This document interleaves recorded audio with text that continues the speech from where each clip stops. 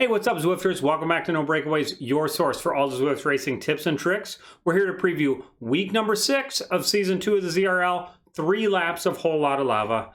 Quite a bit of climbing, but a very draftable climb. It's a super interesting race this week, and I'm really excited to see how it plays out. Let's get into the preview. Here's the Zwift Hub view of 1 lap of Whole Lotta Lava.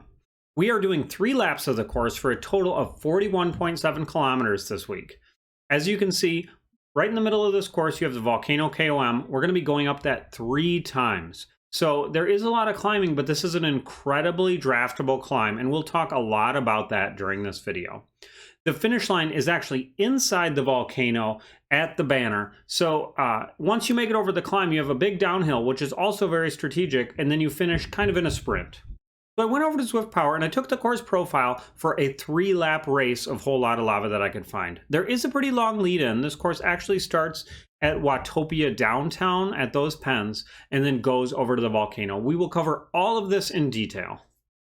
For the intermediate points, we again have the first across the line and the fastest through segments. Interestingly, on this course, the only time these come into play are up the Volcano KOM. So there's going to be a lot of strategy here in how you race this, particularly in how you're going to attack the first volcano climb versus the other ones, because most likely your fastest through will be set on the first time, but that may also split the race completely into pieces. So I'm going to be really interested to see the strategy that teams employ this race, if they try to keep their whole team together or if they send people up the road to try to break the pack apart. And again, we'll talk about some of that later on. Here are the feature distances for the course. I only included the Volcano KOM. There are some other little features we're going to be talking about, but honestly, I don't see them being significant enough where people are going to attack on them or things that you need to watch out for. It's more just things like any other race that you need to be cognizant of in the flow of the race. So Volcano KOM, like I said, you get it 3 times, 3.8 kilometers long. It's going to be right around 7.4, 19.6, and 31.9 kilometers into your race. All right, here's the start of the race. We're going to head out of the downtown Watopia pens. You take that right, and we go up that slight incline to get up to where we take a right for the volcano. So like every Zwift race, it's important to start off hard, get good position, and watch where you're at on that slight incline here at the start. It starts almost immediately when you get on this road, just a little ways up ahead. This is another place where, you can catch people off guard. You see the line up in the top right there. Some people are getting left out of this. And so just make sure you're up, try to be in the top third, top half, and just make sure there are no splits in front of you going up this climb.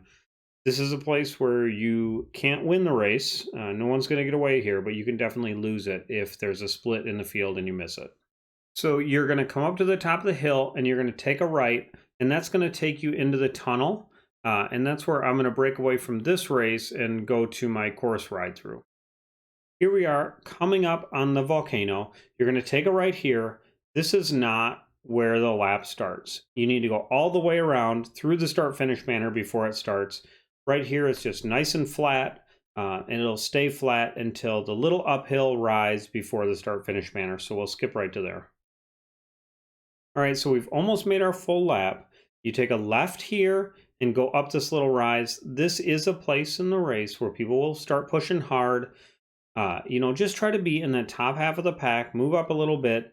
It shouldn't be that bad. I think people will probably be saving it for the volcano here, but probably a couple people get tailed off. You're going to come up this hill, go into the volcano again, and then you cross the start-finish line, and that starts the first of your 3 laps. So we're going to skip to the big feature now, the volcano climb. So here's a look at the Volcano KOM. Very flat climb, very draftable climb. This is not a pure climber's climb. Those of us who maybe have a little more meat on our bones are going to be able to get over this one just fine if you really fine-tune your drafting and sit on the back of people. I saw Adam Zimmerman talking about this climb, and what he said is that it's flat enough and fast enough where the draft mechanics won't let anybody really get away, but you can tail people off here. So this is kind of a place where the race isn't necessarily won, but it could be lost. Our expected times for the women Cat A, 6:40 to 7 minutes. This seems really fast, but I know these women can get up in this time. I've seen it. I looked at some of their profiles. It'll be interesting to see in an all women's race if they're getting up in these times. To be honest, I'm not totally sure what these times are going to end up at for any of these women's times because I haven't seen just a purely women's race. Cat B, 7:30 to 8:15. Cat C, 8:15 to 8:45. And Cat D, 9 minutes to 10 minutes. For the men, I expect Cat A to be somewhere between 6 minutes and 6:15. Cat B to be 6:45 to 7 minutes. Cat C, 7:50 to 8:05. Cat D, 9:45 to 10:15. All these times were taken from some pretty big races that I saw up the Volcano KOM. And all the times for the men and women, I expect to be for the first time up the climb. And I wouldn't be surprised if the second and third times up the climb are significantly slower because people aren't going for those fastest through times anymore. And it really just depends if people are trying to split the field up on those climbs, if they feel like that's where they're going to win the race. All right, so you have come through the volcano. You started, you make an entire lap around, and then when you get back to this point, instead of going down the hill, you're going to take a left and go up the volcano climb. So this is a really important part of the race. I'm going to go ahead and switch to a race that I did up the volcano climb so you can see the drafting mechanics and see how to do it. All right, so this is a volcano after party climb race. You can see this WTRL series on the Saturday mornings. A lot of really solid bees in here. Going into the climb, I'm at the front of the pack. I like to get up to the front. I'm not fade climbing this, but I just want to make sure that I can hang on some wheels and that there isn't a split right at the start. I will say, if you are trying to break the pack up, the strategy here would be to really push hard at the start and break away with a group. I've seen this done. And this can also make it easier. Maybe you have a teammate who's not quite as good, but you don't want him to get dropped. You can maybe take some of the top people in your group and break away with just the top people. And then that leaves another group to pull you up. This climb in particular should be pretty draftable. It should be very draftable. Even at 4%, you can see we're going 30 kilometers per hour, which is a super draftable speed and a draftable gradient. I cannot emphasize enough how much you need to sit in the draft unless you are planning to break away. I'm sure the first time up the volcano is going to be really hard because people are going to try to set the fastest through segment. I would guess the next 2 times are not going to be as hard. I'm not going to show you the whole course in the volcano 3 times. What I will do is fast forward through this part so that you can see in a race situation what this climb looks like. This is a group of bees, and you can see a split in the field. You can see where, this top group kind of made a split, and some of the guys in the Strava jerseys on the finesse team really made this push to break away, and that's what we did. So I'll go ahead and I'll fast forward all the way up to the top, and we'll talk about the end top of the climb a little bit.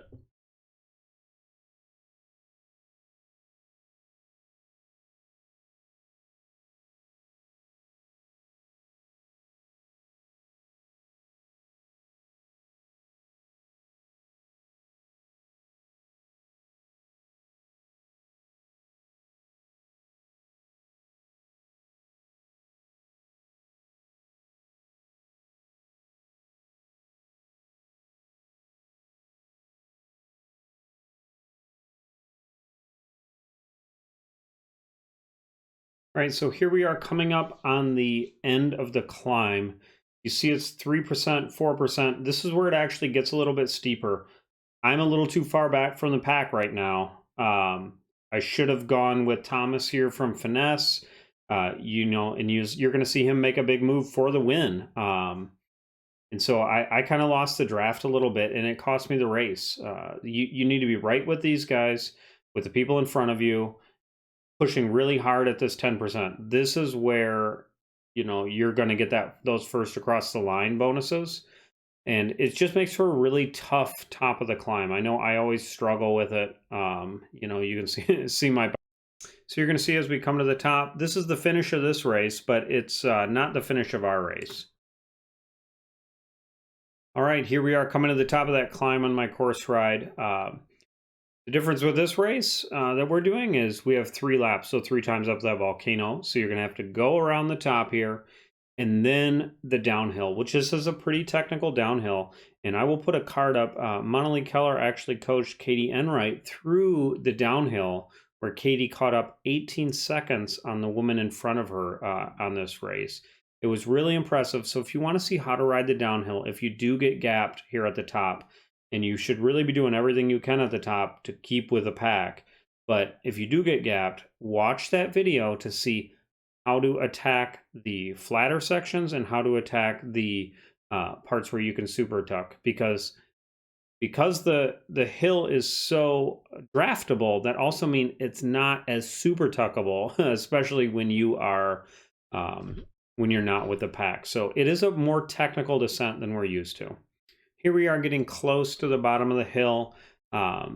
Instead of, taking a right, we're going to take a left. You complete the lap now. So we take a left, we go down this little hill, you do another lap around the volcano, and you come back up the KOM. So you do that 3 times. So it's basically 3 volcano laps with 3 climbs in the middle.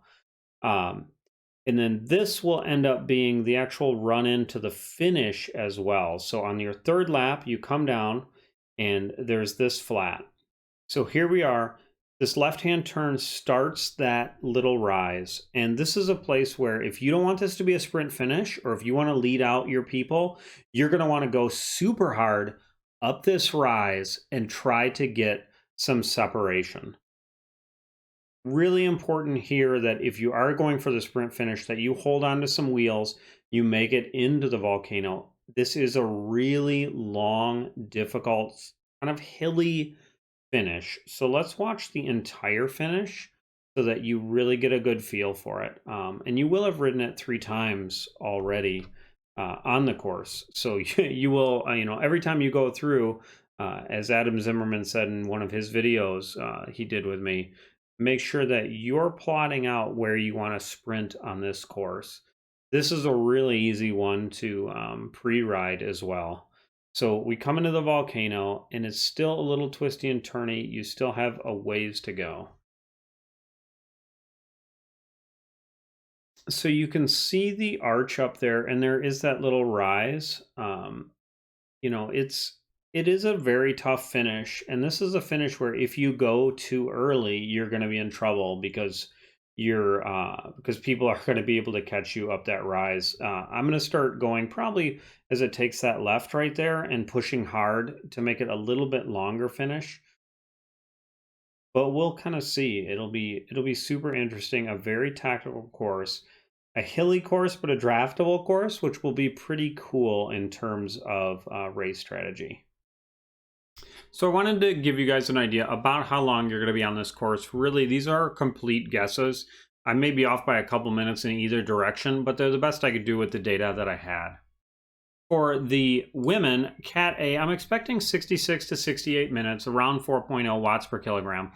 It is important on this course to remember that the watts per kg are lower than you would expect, because although you do have a climb, there's a lot of time coasting on the way down, and then the rest of the lap is on a flat where you can draft really well.